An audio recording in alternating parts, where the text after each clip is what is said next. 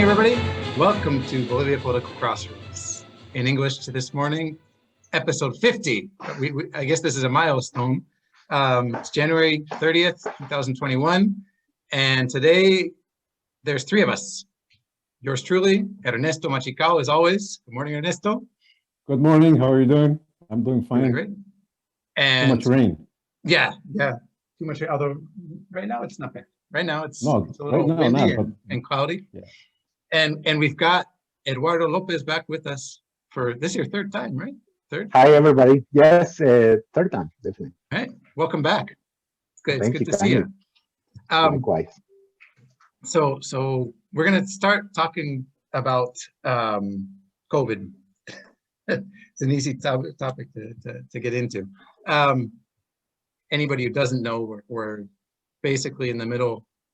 Well, I don't know if we're in the middle, towards the end, still towards the beginning of a second wave, where we're seeing between 2,000 and 3,000 cases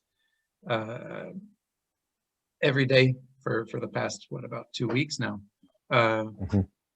And here in Santa Cruz, it's usually between 600 and 1,000, even a little over 1,000.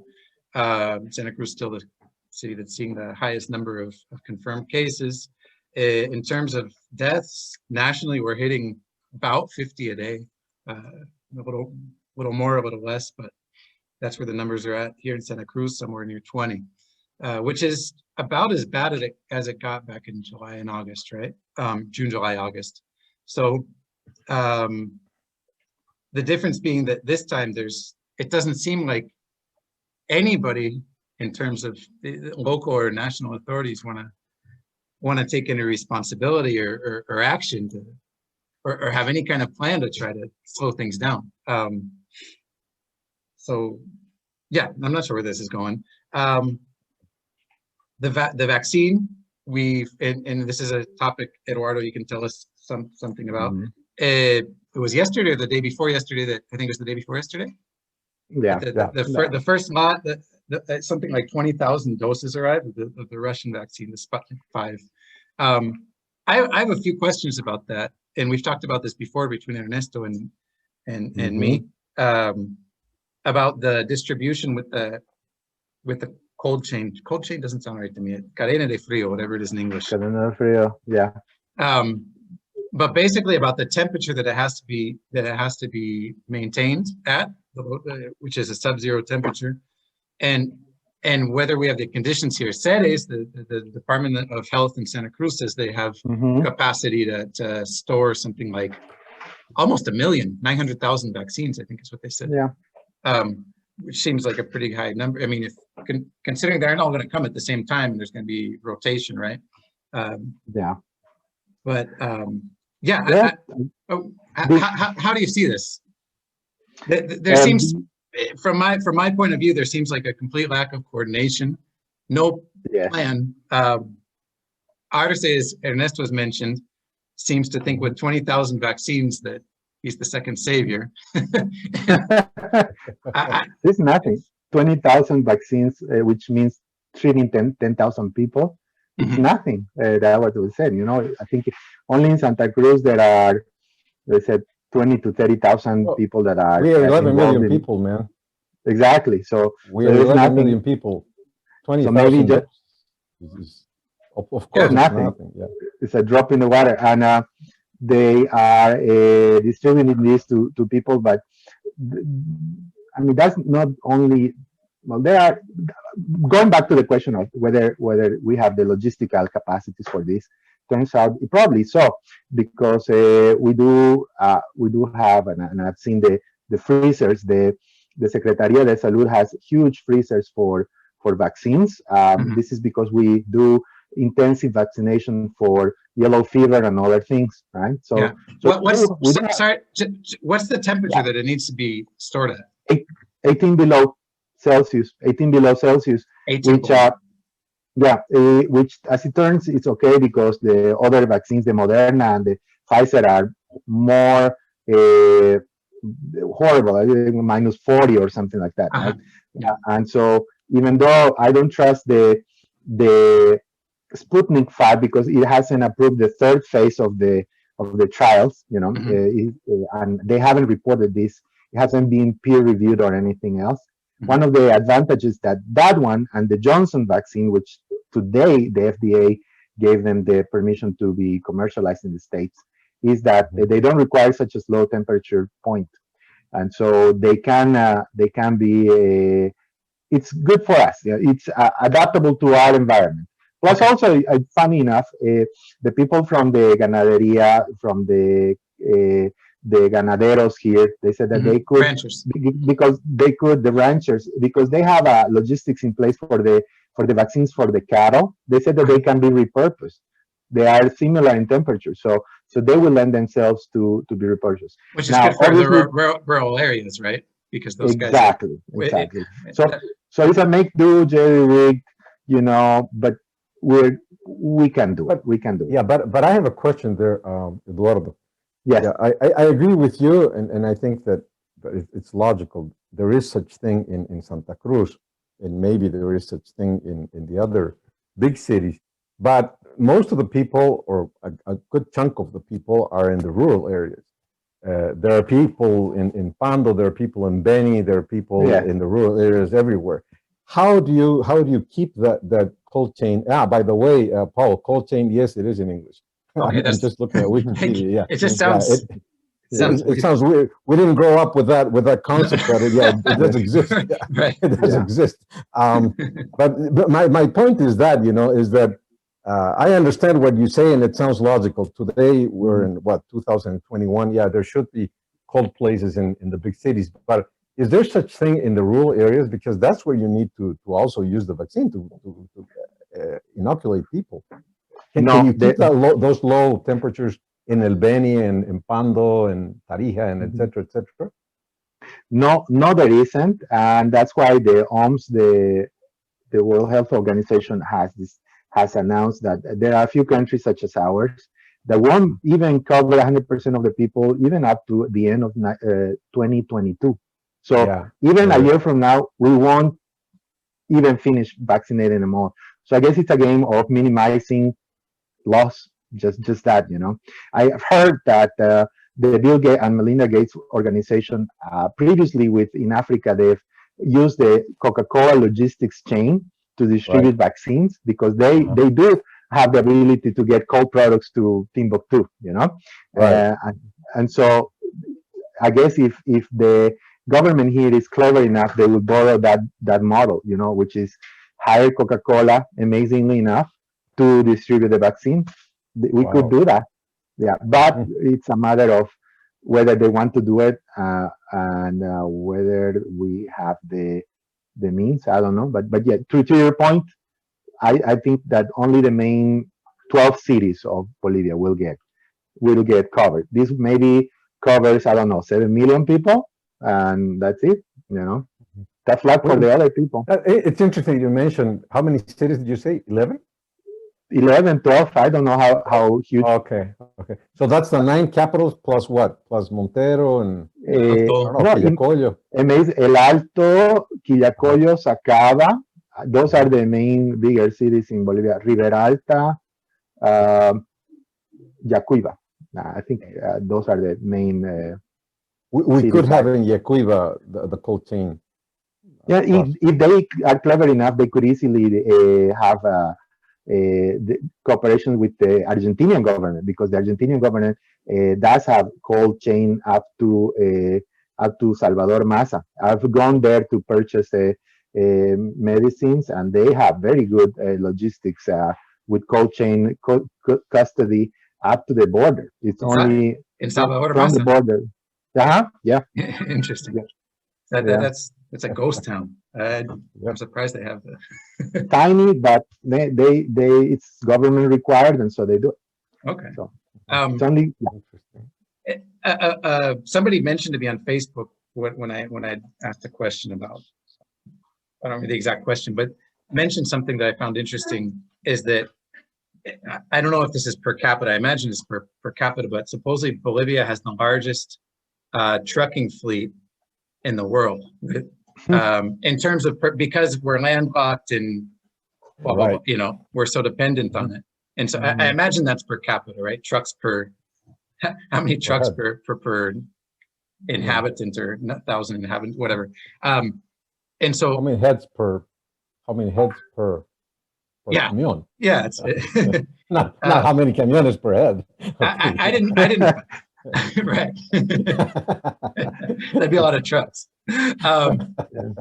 But the point being is, well, I didn't fact check him on this, but I can't imagine just say something like that because he felt like it, or and he doesn't know anything about delivery logistics. So I guess that's why he gave an opinion. But the point being here is, if you know anything about that, Eduardo, because again, sorry, I didn't mention this at the beginning of the show. You work in pharmaceutical distribution, and so that's why you're definitely qualified to give an opinion and inform on this. The problem with that is that it's not only just trucks; it's refrigerated trucks. Right. Yeah.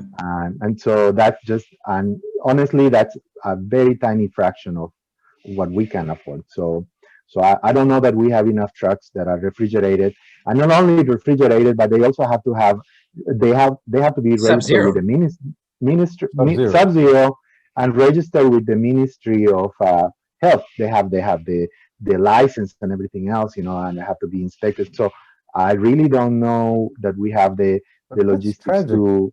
Yeah, that's tragic, Eduardo. That means that if you bring boxes of vaccines to Santa Cruz, they stay put here in Santa Cruz. You cannot mobilize them. You cannot transport them. No, and that's it. That maybe, like you said, maybe if they get clever, they will grab the Coca-Cola trucks and grant them because they are won't happen. This brings us into another topic real quick, because they're talking about the new law that was passed for the what do you call it, emergencia sanitaria, right? Where and I didn't put it in my notes, but it's probably good to touch on it. This law was passed, and part of the law that's controversial, it was just passed yesterday, right? The opposition, the non-mass legislators, basically protested and said, no, this isn't right, because they authorize direct, how do you say licitaciones in English? Bids, right? No bid contract, no bid contracts. That's what it's called. So they're authorizing no bid contracts, and also allowing clauses where they don't have to disclose the amounts, the prices in the contracts. Confidentiality. But what I'm getting at here is why couldn't they introduce into that bill that same emergency, for emergency measures, repurposing assets, right, the trucks, so you don't have to go through all this red tape and bureaucracy to allow these trucks that do have the capacity to distribute. I wonder if they did. I haven't read the bill, but I think maybe they'll decree it later. But that tells you the lack of planning that it is, because it's a systems problem. You have to have the whole logistics and everything. In the States, they're talking about having problems. Even the people who go on vaccine, who put you the shot in the arm, they don't, in the States, they don't have enough. They have to begin training them so that there are people that give shots, and people here, they are importing the vaccine, and they're not thinking of the rest. This is a redo of the respirator of last year. You bring the machine here. Now, who's going to operate it? A doctor who's a friend of mine told me very few people know how to do it. And even of those people who know how to do it, very few people do it well. That's why they're saying you bring 10 patients and 9 die. Maybe because they don't have the skills, qualified. The know-how. So you bring the vaccine, good. So we don't have the trucks to do it. We don't have the nurses to give them a shot, or the logistics. Even they were saying to bring people to being vaccinated. Angelica Sosa said that the Cambódromo is going to be a huge vaccination center, and they're going to do it in cars, that people are going to go in cars and whatever else. Well, how do you deal with people that don't have any cars, So they're not thinking of this as a system. They're just thinking they're solving pieces of the problem, which don't amount to the whole problem be solved, It's going to be tough, I think, in a few weeks. We're going to have a hard awakening. How many vaccines are supposed to come in a few weeks? Do you know? 1 million a month. 1 million a month. 1 million a month. Wow. Yeah, which is nothing. Again, 500 people, 500,000 people a month for 11 million. It's nothing. Unless they speed it up. But it's more than 20,000. It's more than Yeah, 20,000. I'm trying to, More than 20,000. if they're doing it in lots of 20,000, that's going to take a No. long time. Yeah. They will speed it up. They will speed it up. They will say that they contracted about 1 million a month for at least. But Eduardo, okay, I understand the criticism that it's too little. But if they would bring 11,000 vaccines right now to La Paz, you'd have a problem in Bolivia. 11 million? If you bring 11 million vaccinations to Bolivia, you'd have a problem here. Oh, you have huge problems because you don't know, you don't even have how to hold them. Right, you don't even that's know what how I to mean. hold them. The solution is not to bring the 11 million. The solution is that is true. What do you say? If you bring in 1 million a month, if Ceres in Santa Cruz has space for almost 1 million, then, and I'm sure the other, I'm sure in La Paz and in Cochabamba they also have places to store them. So I mean, 1 million a month doesn't seem. It sounds reasonable. That sounds reasonable, but we'll see, because all this, when they make this huge deal about bringing in 20,000 vaccines, it's almost it'd be laughable if it wasn't tragic. Yeah, no, that's purely political. They had an airplane just to bring in the vaccines, a commercial. How many vaccines can you fit on a Boeing jet? Yeah, 20,000. And if the aim is to save lives, there are other things they could have been doing, because only 1/4 of the installed capacity of the ICUs are open. I go by the Hospital Japonés every day, almost every day now. I used to go every day, and only half of one dome is working because there are no people that are attending. There are no physicians. Their contracts run out. Some people, they didn't get paid from the first. So easier than bringing vaccines is to staff up, because the ICU machinery, the beds, everything, it's there. It's empty. It's gathering dust. That's insane. I was there 6 months ago, and they were just finishing. I mean, this is no justification, but it's the same story told many times in 100 years. This same thing used to happen in the past with food. There were starving people in Pakistan or in Afghanistan, and then big amounts of food was taken there. But the issue was not the food being put in the big city, because the people were not living right next to the airplane where the food came in. You'd have to distribute it, and that was a big drama. It is a big drama. It is a big drama all over the world, and here in Bolivia too, because you don't have the means of distribution. You don't have the logistics to handle all that. There is a saying in the army. They're saying, the grant talks about strategy and the general talks about logistics. Logistics is the problem, and they are not treating it system-wise. They should be bringing the army on it. They have logistics know-how. Maybe they should even be contracting out with DHL or FedEx or somebody else. They should be doing those type of things, and they should be doing it now. Because it could be really bad later. I again would say, the Bill and Melinda Gates Foundation, they had the right idea. It sounds really weird and odd that they did it with Coca-Cola, but it works. How many Coca-Cola trucks there are? Certainly more than the other ones, more than the CEDES or the Ministry of Health have. So once again, I ask, I don't know this answer, but in Bolivia, are Coca-Colas transported to Pando and to Albany and to Tarija cold? I don't know, but they do have cold trucks and cold storage. They do have everywhere. Yeah, I understand that, but because I live in Bolivia, I see Bolivia. I don't think they transport them cold here. But I mean, I imagine he's using the example of Coca-Cola. It could be Pollo Sofia, it could be Frirosa, it could be, I mean. Sure. True. Not necessarily Coca-Cola, but any company that has trucks with those capabilities, right? Which it's probably not, as Eduardo said earlier, it's not a huge percentage of the total fleet, but there are trucks with capabilities for sub-zero. At least there is an incremental. An incremental, it would help us get faster there, right? But I guess what people should have in mind is that 2022 will come and we will still not be all vaccinated. We probably will have second, third, fourth, fifth, seventh wave of COVID here. We just should be getting aware and ready for that fact. There is going to be a 2 or 3 year problem. Let's see how many people get it and how long the immunity lasts, because that's what at this point, that just seems like what it comes down to. Yeah, I mean, one quick thing that they can do is liberate the permits so that the private companies can do it, such as Pharmacor, Chavez, Pharmacor and Chavez is mostly, they don't have a universal reach, but there are Pharmacors in San Ignacio, Concepcion. Pharmacorp is everywhere, man.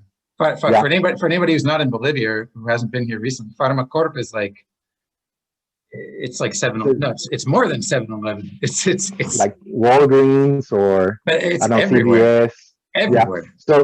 So they can, and they do have vaccines, right? They do. Mm-hmm. They do have sure they do. Cold custody chain. So because some of the medicines are cold, have to be stored kept cold. So they could help. It could help if they make things easier for them. But are there companies that are I guess doing the paperwork right now to import vaccines and distribute them privately? I don't know, but I should hope so. I know that if for the antivirals, Avifavir, there was Sigma in Cochabamba doing it. It's a safe bet that there are people out there trying to import them. Okay. Yeah, at least that'll help in, not so much in the rural areas, but in the cities. Yeah, at least. I'm sorry. And also depends on the cost. True. It depends on the cost. Yeah, that is true. That is true too. But the point before the program, we were talking out of cameras. It takes 2 years to approve a medicine to be imported in Bolivia, to be liable to be imported in Bolivia, right? So definitely. Of course, the Sputnik V has not gone through that process. They just approved it because I don't know. They may have approved a different rules, regulations about that. So they would skip all the procedure. They would have to do that for every one of the vaccination for COVID, right? I mean, I hope so. If some private wants to import, I don't know, the Johnson & Johnson vaccination, the Johnson & Johnson vaccination would have to have the permit, the 2-year permit. But it certainly doesn't have it right now. So it would have to go under the treatment of the Sputnik, the short process, okay? But that was a political process. That wasn't a scientific or whatever. It was just a political process. They approved the Sputnik because there was no other alternative. I don't know. I just wonder if they're willing to do that with other vaccines. I guess that in the end they'll end up doing it because there'll be a big political pressure over them. But at this point, I think the only vaccination that we can bring is Sputnik V. Is that not correct? The AstraZeneca is coming, right? Supposedly. I don't know from where, but I know the Sputnik is, but I don't know the other ones.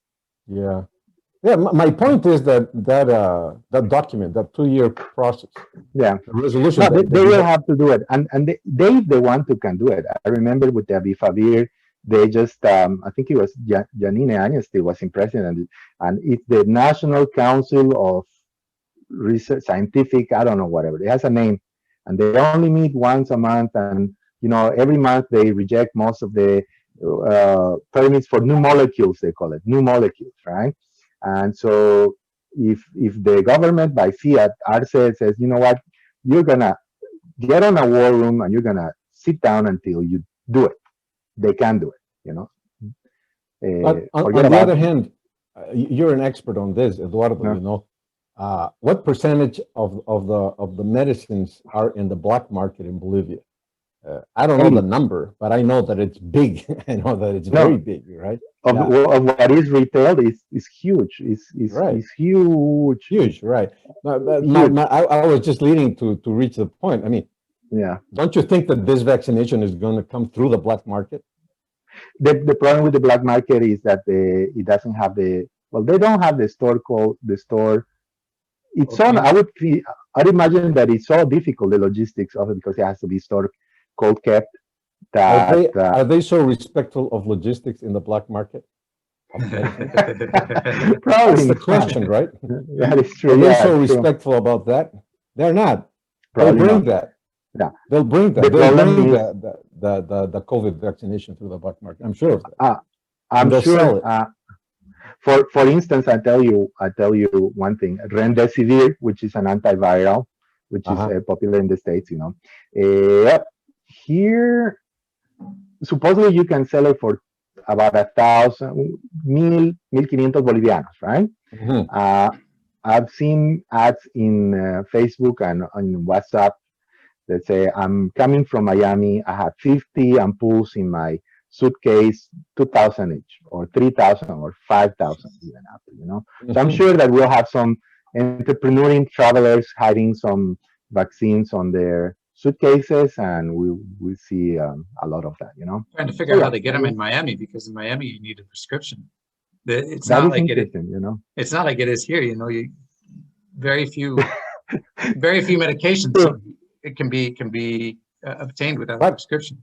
Go ahead. Yeah, but the vaccine. I mean, the medicines that are coming through the black market to Bolivia now at this moment, do they come by air or they come through the fronteras?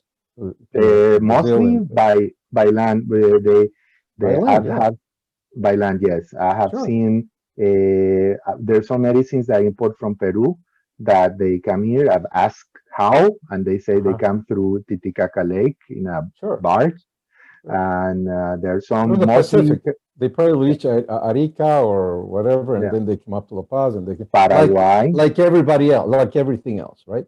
Yeah. So in a year, we'll have Chinese vaccinations coming through Arica all the way to Santa Cruz, selling on the black market without the refrigerating eccentricities. That's going to be the reality, I think. That's a life and death thing. People need it.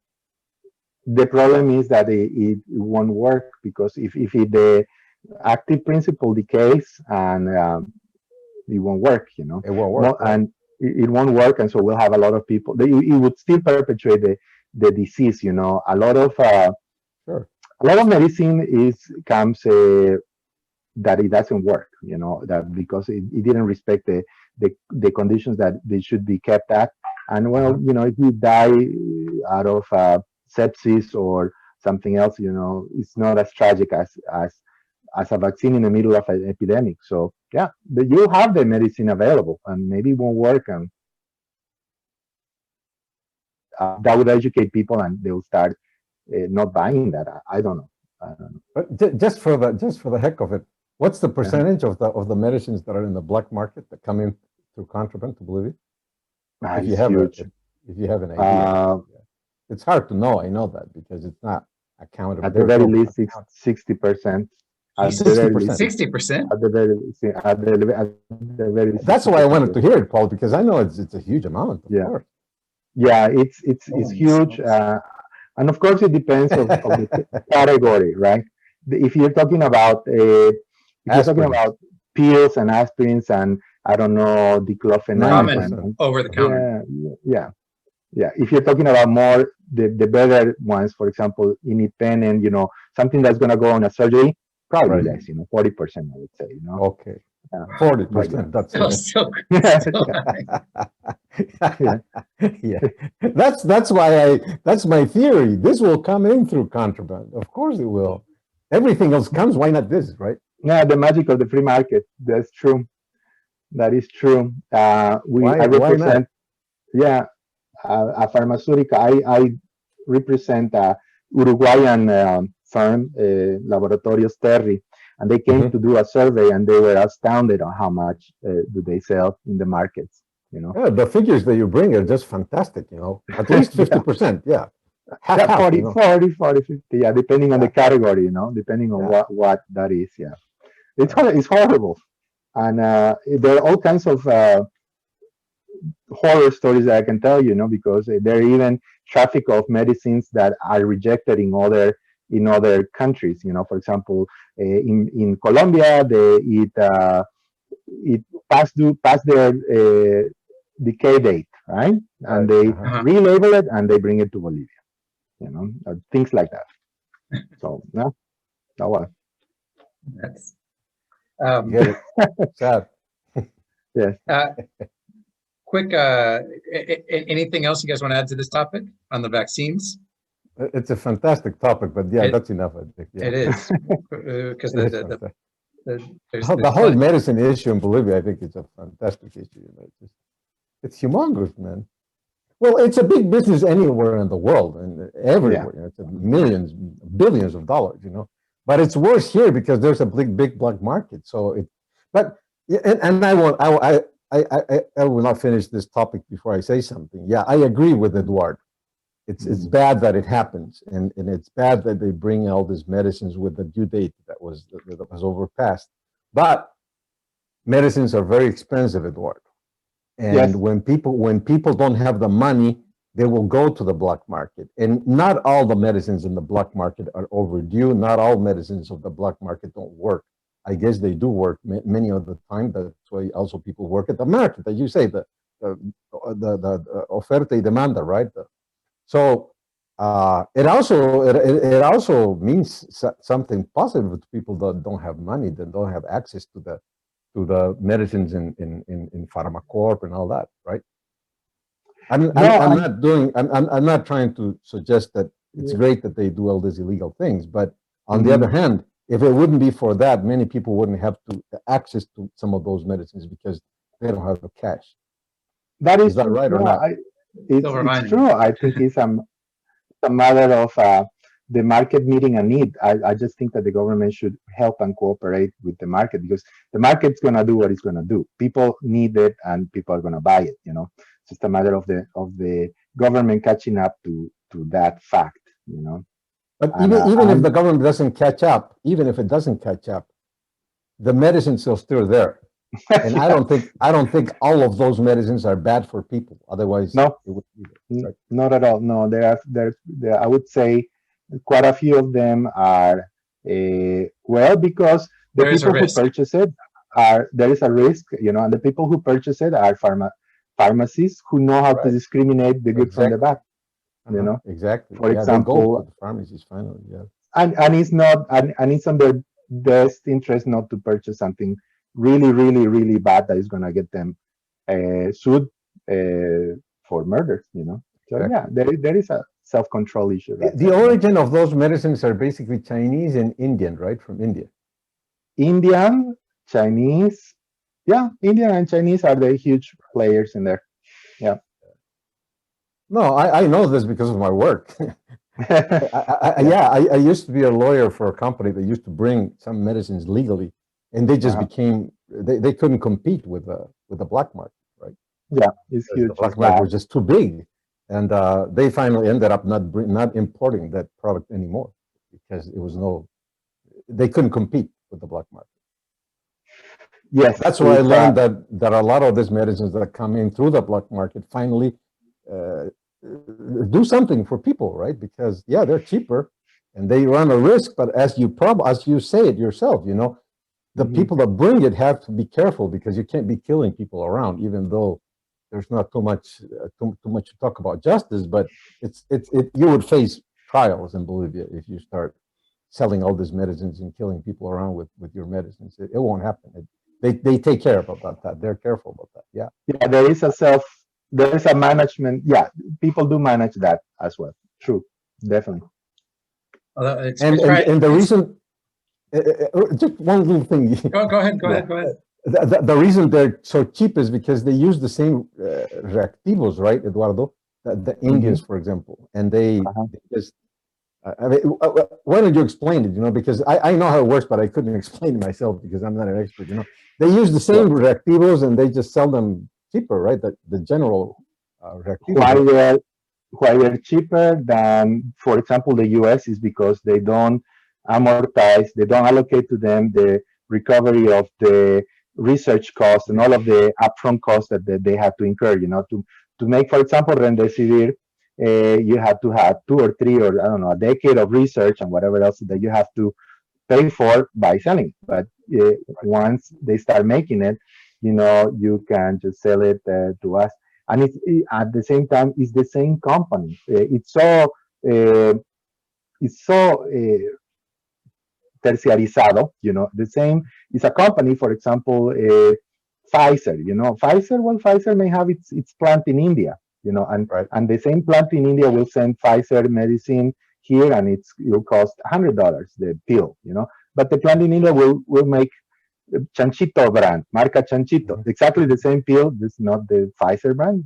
It's exactly the same thing, and then sell it to you.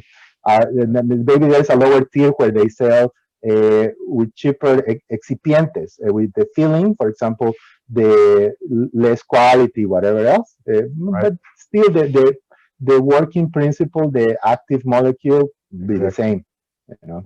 Yeah. See, the market, the invisible hand of the market does work. I agree with you on that. Yeah, definitely does work. Yeah, we don't need government in the middle to restrain or to approve, because it does work. People do their job. Yes, they do their job, and we should train people though to there. I would say that in 2/3 of the medicine, it doesn't matter if you store it in a plastic bag in Los Pozos, but in a few, it does matter. For example, vitamin B complex has to be kept no less than 20 degrees, definitely with out of exposure of sunlight. So yeah, you do have to have certain care for it. So in some categories, hooray for the black market. In some other ones, nah. So nonetheless, you'll find all of them sold at the market. Yeah. I appreciate your honesty, because it's really not in your best interest to explain the benefits of black market meds when you're a legal importer and you've got to jump through hoops and compete with them. So thanks for shedding some light on that. No problem. You guys want to talk about the politics a little bit? With the upcoming elections for mayors and governors. Switching channels here. It still looks like the election is going to be on March 7th. Anybody want to place bets? If I had to bet, we're going to the polls on March 7th. I don't think there's going to be a what you call it, postergación. It's delay. Postponement. I have a question for Ernesto. The Constitution has I think Article 15 and Article 18 has el derecho a la vida y el derecho a la salud, right? Can I get an amparo constitucional? Can I argue, hey, I don't want to vote because this endangers me. It's violating my right to health and my right to life. Would it fly? Or that's a brilliant question. The point is the courts are too politicized. True. And they will not, I don't think it will fly, because it's such an important issue right now that I don't think the government will let the Constitutional Tribunal do whatever they think freely, because it's basically a political issue. The MAS wants the elections to be on the 7th, and that's it, So it'll be very hard for a judge to rule different, I think. And I think that it's not a black and white answer, It's not like, oh, wow, really, we have to postpone it because everybody will die or most people will die. No, you would have to prove that although there are biosecurity measures, people will die. And that's difficult to prove in a court, I think, because if somebody can argue that if you have a distance of 2 meters and you have your mask and you wash your hands after you vote, then the contagion will be very low. I guess that that can be argumented pretty good vis-a-vis a court. So I don't think it'll be that easy to prove that definitely this will cause death, or more death. I think that especially when Eduardo, you're having everyday people in the markets, right? True. Because if you go to the black market in Santa Cruz or in La Paz or in Cochabamba, every day there are more people than in the lights and the lines in the vote and right. Even at the supermarkets. Right, even at the supermarket. So your point wouldn't be too logical vis-a-vis all these other situations that are in the normal. The judge will ask you, why don't you do the same thing for Hipermaxi, present your demand so that Hipermaxi will not open its doors because there's too much conglomeration of people.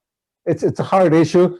It's not black and white. I don't even think that even if they would be free to rule, I think it'll be hard to win that. But given the fact that there's also a lot of politics involved, I don't think that will fly. Yeah. Here's a question. Another question for you, Ernesto, legally. Voting is still obligatory, right? We have to vote. Right. If you don't vote, you have to pay a fine, and if you don't pay the fine, because they give a little ID card after you vote. So if you go to the bank or if you go to a public office and you have to do something at the bank or public office, they ask you for your voter ID card that you got when you voted. And if you don't have it, they don't. You can't do it. Yeah, you can't do anything. Financial. Yeah, you can't do anything financial. You can't do anything at a public office for, I don't know if it's 3 months or 6 months. I don't remember. 3 months. 3 months, okay. I think. So, but the point being here is that, is there any way that there could be, and of course, this would also get politicized, because I think there's a general consensus that the people who worry about, who are really concerned about going to the polls and voting and getting sick are not masistas, right? And so the question I'm asking is there any way that there could be a decree, a presidential decree or something, where the sanctions are lifted on those who don't vote? Like, okay, fine, it's still obligatory to vote, but those who don't go, there's no sanctions, right? And so would that be like a compromise that could actually be made? Does the president have power to do something like that? No, Congress would have to do that, because this is in the law. All those sanctions are established by the law, by the electoral law. Okay. So you would have to go to Congress, to the Asamblea Nacional, and have it approved there. And but they have the votes, if they really want to throw that. And that's a good idea, because it's your idea is a good political idea for the MAS, because they would end up in a very good political position. The MAS would end up in a good. It favors them. Yeah, it favors them, and if the people don't want to go vote, they don't have to go vote. But anyway, then there's no sanctions, or this only time. And see, that would be a one-article law, because you wouldn't have to go through the whole law saying this sanction does not work. This and no, all you have to do is approve one article, and it says all the sanctions regarding the non-attendance to the voting booth on the 7th of March election are not valid for this election. Only for this election period. That would be it. What, does that mean a two-thirds majority, or just a simple? Oh, no. It's just a simple majority. Yeah, 50% plus one. So, and they have that, and it's a great political thing. I don't know how they didn't think about it, because I have not thought about it. I think it's a brilliant thing, because if you do that, you'd get the applause of everybody. People that don't want to go vote, they won't go and vote. And that's it. But they won't be penalized for not doing it. So. But I bet that people still will go, because there's a big fight in this country. It's a divided country. Again, it's just like in the U.S. There's anti-mask people, and they'll go vote whether there's COVID, whether there's an earthquake, or whatever. They'll just go and vote because they don't want to see the masistas in power. And we're just like in the U.S. I just see that the anti-Trumpists are everywhere, and they're willing to do whatever. So that Trump doesn't even walk on the sidewalk. No, they're trying to impeach him. He's in his house right now. But yeah, that's why he doesn't run again, right? That's why he doesn't run in. I know. But see, that's the extreme of the thing. How many presidents in the U.S. have gone through an election after being ousted, after not winning the re-election? Very few, if anyone. Roosevelt did, but he was just one after the other, you know. Mhm. And I think he did wait once a term, but I think that's the only person that did that in life, you know, because To run again? to run again, not immediately, not being reelected. Yeah. Just go and lose the reelection and then run again after 4 years. I don't think that ever happened. You know, this would be the first time if it happens. But then again, you know, Trump will be 4 years older. He's not a kid right now. He's like 74. I think he'd be 70. Yeah. I think a little crazy now. Go ahead. Yeah, no, that is true. Yeah, I mean, I don't know that he would he'll be run Biden's again. age. True. In his defense, in terms of presidents, when you look at most presidents after 4 years, they look like they've aged 20. And I don't think that's he looks the case. younger. Yeah, I don't think he looks much older than the day he got elected. And so, and in 2024, he'll be the same age Biden is now. But anyway, Ducks don't age. You can't tell. What's that? Ducks don't age. You cannot tell. Whole duck. We'll see what happens when everything rolls off his back, right? Nothing sticks to him, just like a duck. But see, this is the same thing in Bolivia right now. Everybody, you know, I just see the Masistas will go vote whatever the hell happens, you know, and the anti-Masistas will go vote whatever it happens, because even if they approve the law that you're proposing, I don't think people anti-Mas are going to not go vote, because the country is the stakes are high. You know, yeah, they're I don't know, perhaps this is a personal point of view, that I, for example, not feel so as compelled to vote against the mass, because I don't know which option is against the mass. You know, had you told me before, for example, here in the governor elections, you know, I know, yeah, I definitely don't want Mario Cronenberg to be governor. Definitely, 100%. I'm going to put this up so people can see it, for those who don't. Okay, definitely. Look at that. The numbers. Yeah. But I'm not so convinced that Camacho is not Masista or functional to Masista, or just as bad, you know, or just as bad, you know. So I don't know. I don't feel as compelled to go and vote for either of them. Yeah, you have the choices. You can vote for Luis Felipe or Dorado, for example. Probably. Roger Martinez, did you see that? Yeah. There was a joke on Facebook. He had somebody had put up that he got 0.0%, and that his mother called the TV station or something and said, "But I voted for him. Why is it 0.0?" That's pretty good. But yeah, I see what you're saying, Eduardo. It doesn't really. You don't really have. It's like voting for Trump or for Hillary Clinton, right? Yeah, that's exactly right there. Yeah. It's yeah, that's a tough one. I'm not going to. No choice.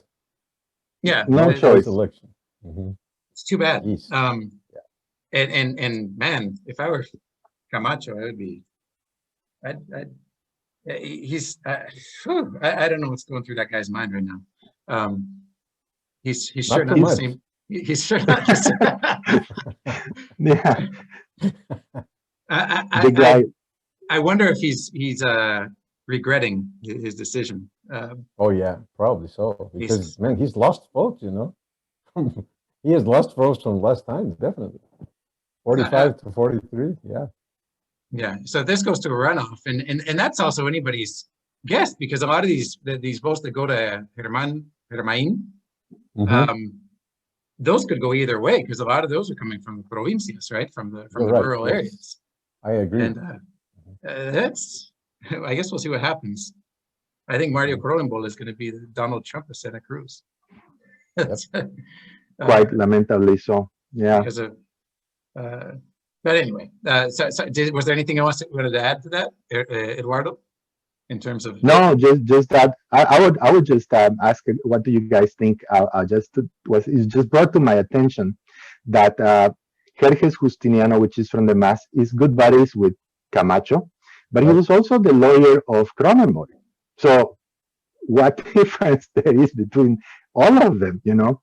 And a friend of mine was showing pictures of both, he being a huggy, kissy, kissy with both of them. So, what difference is between the both of them? And that's what I'm going for. If people, at least a percent of the population is jaded, kind of like, yeah, I don't care. Politics is just horrible, and whatever else happens, I just stay away from it, type of thing. It's really crazy to think whoever would have guessed November of 2019 that we'd have there's very high probability that we'll end up with a Mas governor. Mas mayor, I'm not so sure. If you guys want to talk about that at all. And now that these are a week old now, these statistics. Hold on, let me put the screen share back on here. And this is where I think Ernesto, I don't think any of us were right. Either of us. No, nobody was right. I don't think even he knew this. I don't think he knew. Whoa, Johnny Fernandez. Yeah. So for those of you who don't know, this is the latest polls for the mayoral race in Santa Cruz, and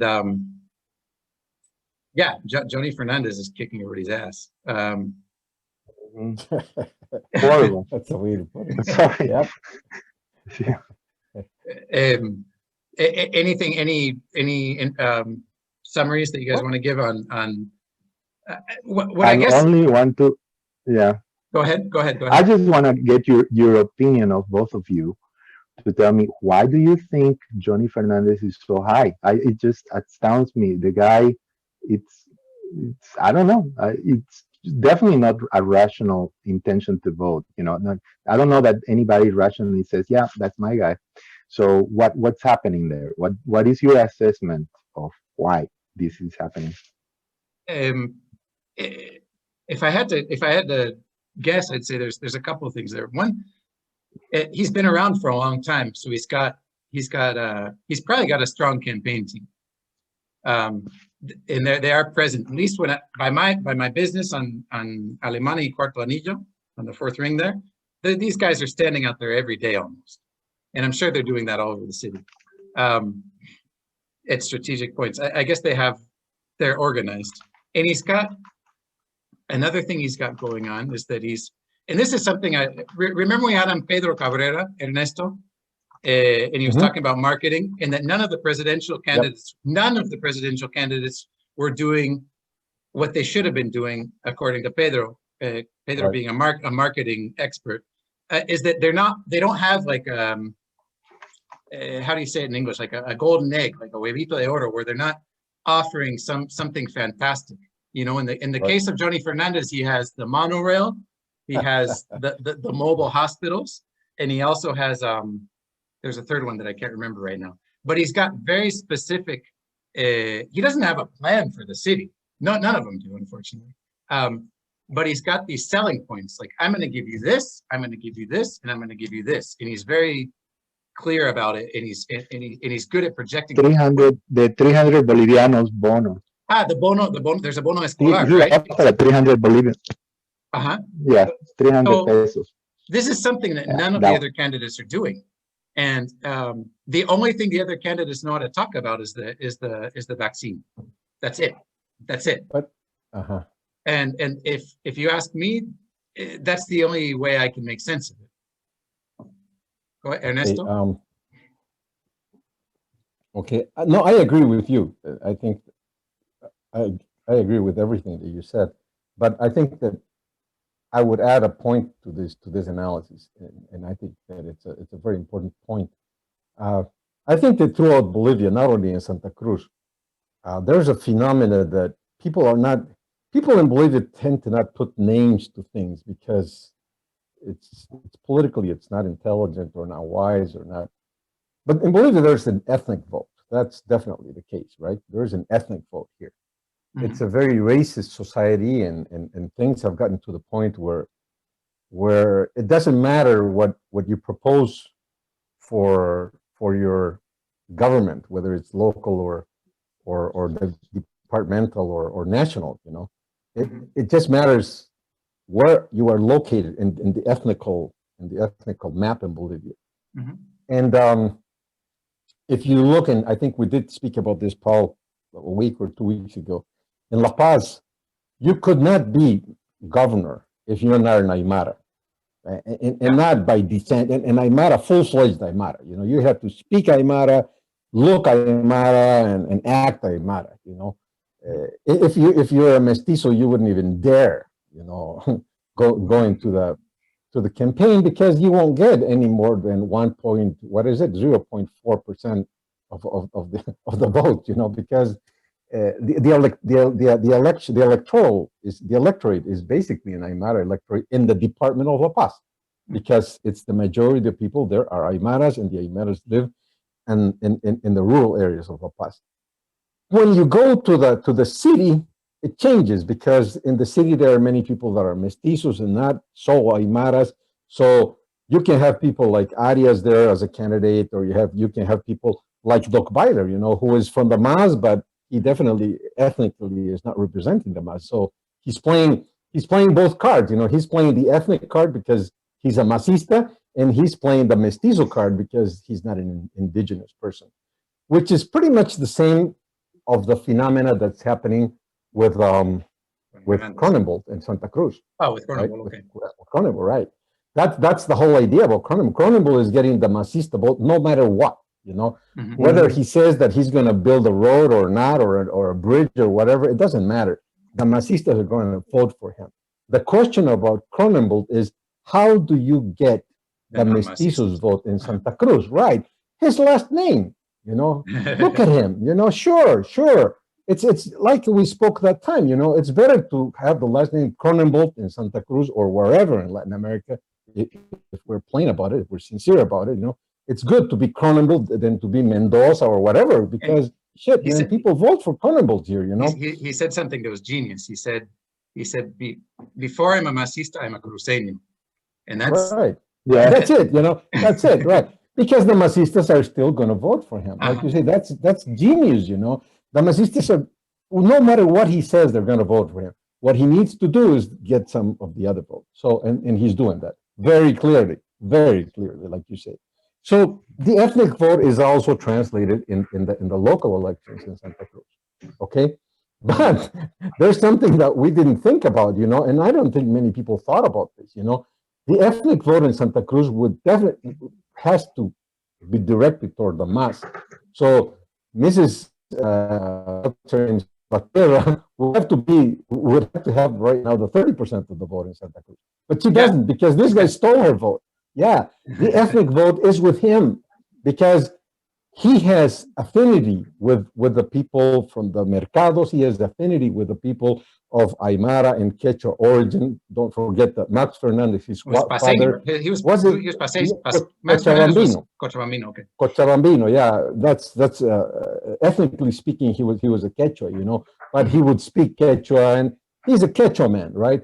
So his son inherited some of that, you know. And people do perceive him like that. That's why you will not see this Fernandez guy going to Ventura Mall, or, well, maybe he does go there to have a coffee, but he's not intensive in his campaign in La Avenida San Martin or in Las Palmas or in Urubó, because he knows he doesn't have to waste his time in the city. He only has, 40 more days to go.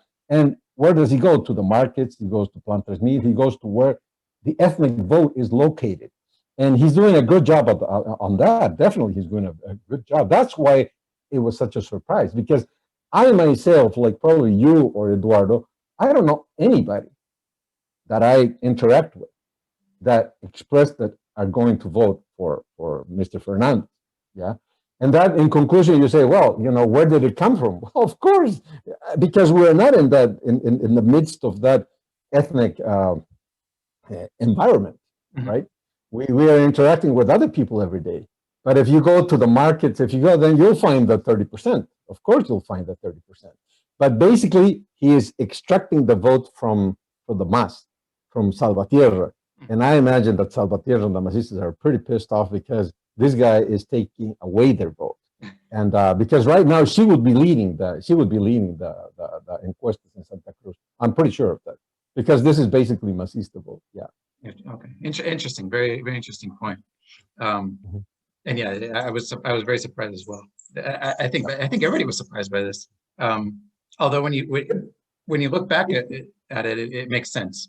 But it's pretty similar to what's happening in El Alto, right? And of course, there are big differences, but in El Alto, the MAS is not leading the encuestas. Why? Because Mrs. Coca is leading the encuestas. It's an ethnic vote, you know? Mhm. So it just assumes a different face, you know? She's not Masista, but she is a Masista because ethnically she is a Masista, and she's getting all the votes in El Alto. Same thing is happening in Santa Cruz. He's not a Masista, but ethnically, Mr. Fernandez is a Masista. So he's getting, and his whole attitude is a Masista attitude, and he's a populist, and he goes to the markets, and he's friends with them, you know, with the ethnic voters in Santa Cruz. So what you're seeing is that the ethnic vote is not going to fade away in Bolivia because it benefits some people clearly, right? Clearly, the Masistas and some non-Masistas like Mr. Fernandez. The ethnic vote is something very dangerous. I don't like it because it's racism, but it's a reality. It's like Eduardo says, you know, market has its ways to get around. Well, this is the same, you know. The political arena is a market, you know, and people win elections because they have strategies. And one strategy in Bolivia to win an election is to be very ethical about it, you know. Now, the point being is that it's ethnically, it's favoring the indigenous people throughout Bolivia. It's not favoring the white supremacists in Bolivia because the white supremacists are so little that, you know, whenever they say, hey, here we are, you know, well, there's not a big response. So if we are more careful about it, the ethnical vote in Bolivia is favoring the Masistas and basically the indigenous extraction people. Yeah. And it is true that it doesn't matter the offering. That's why the all candidates they really care less about what they offer, about Exactly. their plans, because Yeah. people really don't evaluate that. It's just that it's nuts, you know, because you can like Cronenbold or even Salvatierra get up in there and say nothing of import, say nothing coherent, and yet they do have a following. That to me is just nuts. But like you said, it's a different. The motivation is different. It's not rational. It's identity politics. Is Right. I don't know, anything but rational. Right. But because racism is not rational, identity Yeah. politics is not rational. It's identity. You know, either you're with that group or you're not with that group, and that's it. You know. But the interesting thing about this, Eduardo, is that ethnicity in the indigenous segment is not any more united. You're seeing the fractioning of that. And that's very interesting because that is it's happening in El Alto, it's happening in Santa Cruz de la Mhm. Sierra, not in the election. In El Alto, In the election. in El Alto, it's incredible what's going on with Eva Copa. Just, I guess we can talk. Incredible. I'll just put this up real quick because we talked about it last week, and I guess we're not surprised. I'm surprised by the what is it? By how high the number is. I expected it to be closer to 50%, but that's insane. Though, how often do you see a candidate with close to 70%? At least in the polls, right? And look at the Masistas. And nobody even comes close. I mean, right. You have 15%, which would at least be, okay, 15% isn't laughable, but the Masista candidate is Maquera, and he doesn't even hit 10%. That's insane. And I get some satisfaction from that, honestly. Anyway. Go real quickly. I don't know if we can close on this topic before we take up too much time this morning. But I want to talk a little bit about Angelica Sosa, who's the candidate that's right now is, I don't know if you'd call her the acting mayor, the interim mayor, or whatever. She replaced Percy Fernandez. She's not mayor by popular vote, or by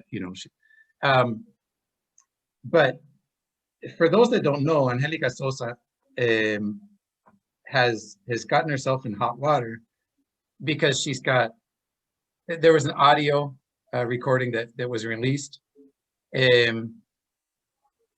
where, Eduardo's saying goodbye. He's probably got something going on. So we'll thank Eduardo for being here with us. And we'll continue and close with this. Ernesto, But okay, so this audio basically caught her saying she had her campaign volunteers. I put volunteers entre comillas in quotation marks because they're not volunteers. They're city workers that are basically obligated to campaign for Angelica Sosa. And she was caught on tape or on a recording saying, step up your game, do a better job at helping the campaign effort. Otherwise, I want your resignation letters. And not your resignation letters as volunteers, your resignation letters in terms of your resignation letter for your city job. And Right. that's, I don't know if it's criminal, but it's definitely not legal in terms of. Yeah, of course. And she's already lost one. It's criminal, by the way. It is criminal. It is criminal. Because, yes. It's So called she abuso has, de poder, abuse okay. of power. Mhm. It's the other. She just lost another ruling where the local Santa Cruz Electoral Authority demanded that she take down her campaign signs. She's got like more campaign signs in the city than Coca-Cola or Paseña or any of these huge companies, right? And Right. and they told her to take the signs down because they're basically you can't differentiate between what's a campaign ad and what's I don't know, public information in terms of what the municipality has done in terms of how many hospitals are. And so they've asked her to take these down, or they've demanded that she does. And so there hasn't been a ruling yet, but as far as I'm concerned, and people have been what's the word, inhabilitado in English, inhabilitated, is that a word? And in terms of being a candidate for much less than this. And up until now, we haven't had a ruling. As far as I'm concerned, she should not be a candidate. Right. And so what's going to happen with this? Or no telling. My feeling, and it's a good question, because legally you're correct. She should not be a candidate. She has transgressed the law in such a manner that it's just abhorrent. She shouldn't be a candidate. But politics is involved in this, and but see, there are things I don't understand quite well either, because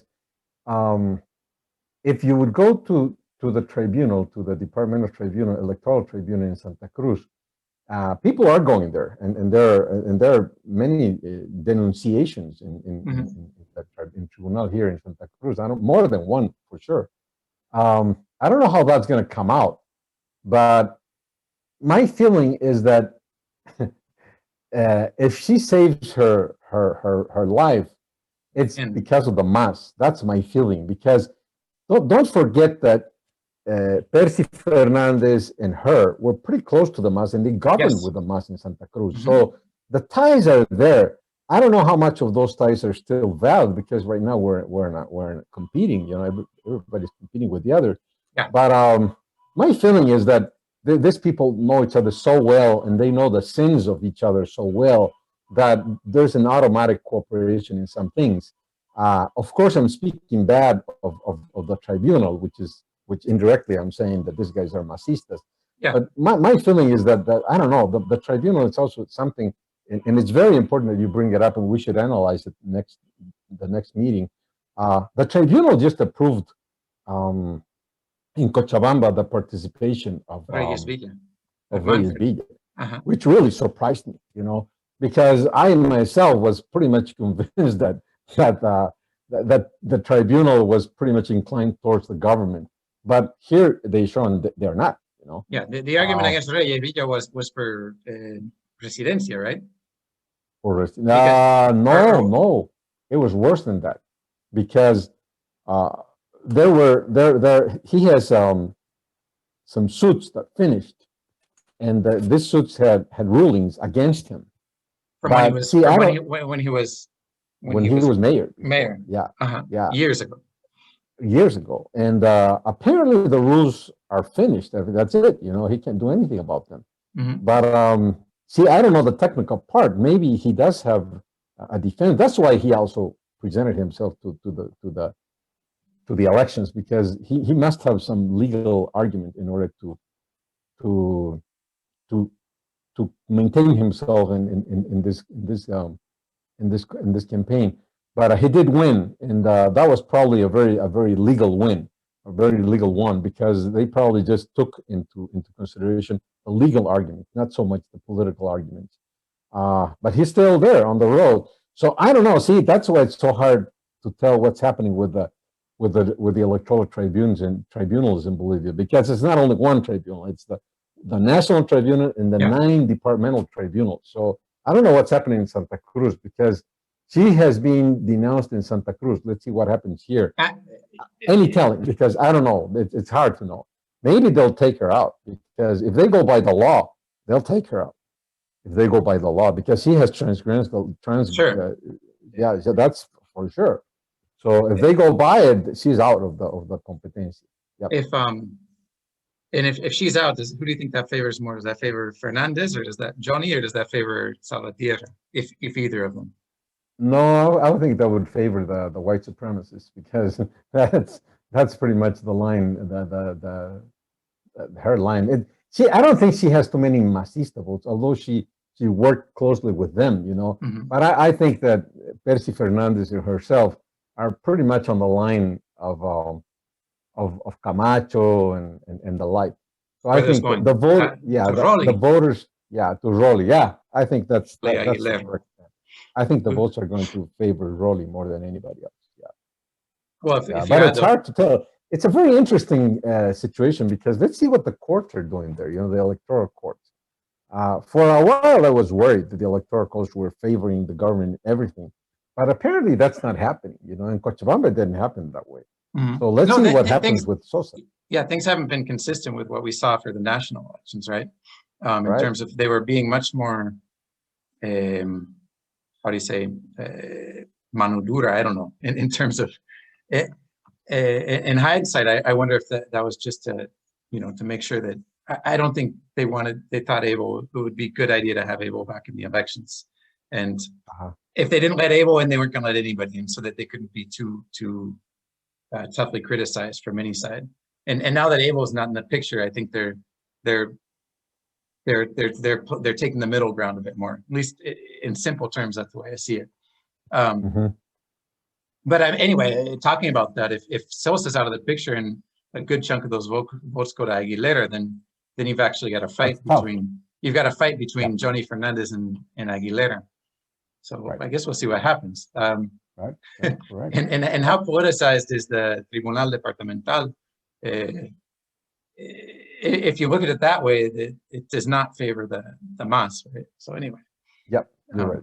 It does not favor the MAS. Yeah. Well, let's see what happens, but it'll be interesting to look at that vote, and that'll happen probably this week. Yep. So it'll give us something to talk about next week. Definitely. Yes, definitely. I think that's a good place to end. Yep, it was a good, interesting conversation, especially the first part. I enjoyed it a lot, because it's something we don't know about, and Eduardo knows a lot about this. So really, he enlightened us so much on the vaccination and the medical part of the pharmaceutical part of the problem, you know. And all this thing about the contraband is so fantastic, you know, because yes, it's big, it's very big, more than what one thinks, you know. And before you brought that up, I hadn't even thought about that. It just didn't even enter my mind, and it's definitely interesting to think about. And that half of the pharmaceuticals are coming in illegally. That's mind blowing. It's not surprising, because we're in Bolivia. Nothing surprises me. But I guess we'll see. I think what we'll see, though, it might take a while. Just in closing, my suspicion, and maybe I'm mistaken, is that because of the extremely high demand that probably exists right now for the initial lots of vaccines that are coming out, I imagine the contrabandistas, or the black market players, are probably not at the top of the list in terms of who are able to get their hands on it at this point. But anyway, and they'll probably be careful at the beginning, because they're liable to get in jail, you know, at the beginning of the process of the vaccination. The contrabandistas are going to come in the scenery. I guess that by the middle of this year, or probably, I don't know, August, September, because they'll still have a big chunk of the market there, you know.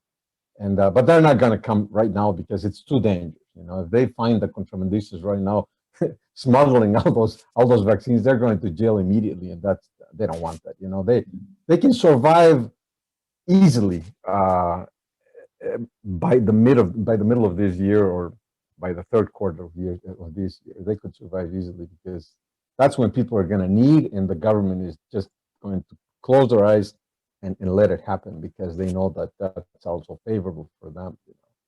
Good point. Government shuts the eyes up with regard to the informal market in Bolivia, because it favors every government. Every government. The fact that there are people right now selling and buying things in the markets is relieving the government from offering jobs. Yeah, true. So it's an excellent point. Sure, yeah, they just let it happen, whatever. The same with medicines, if the vaccine is not going to be available legally, then well, let it come in through that way, but not at this point. I think it's too early in the process. But yeah, that should be interesting. We should keep our eyes on that, because it's an interesting issue. Yeah. All right. And Eduardo is definitely a good source on this, because he, like few people, have a good control of it. He knows the information. He's definitely got insight that most people have. Yeah, definitely. Yeah. All right. Well, enjoy your weekends. Keep staying safe. Thank you, everybody. Thank you, Eduardo, for joining us as well. And we'll see you next time. Yep. See you. Have a good week. Bye-bye.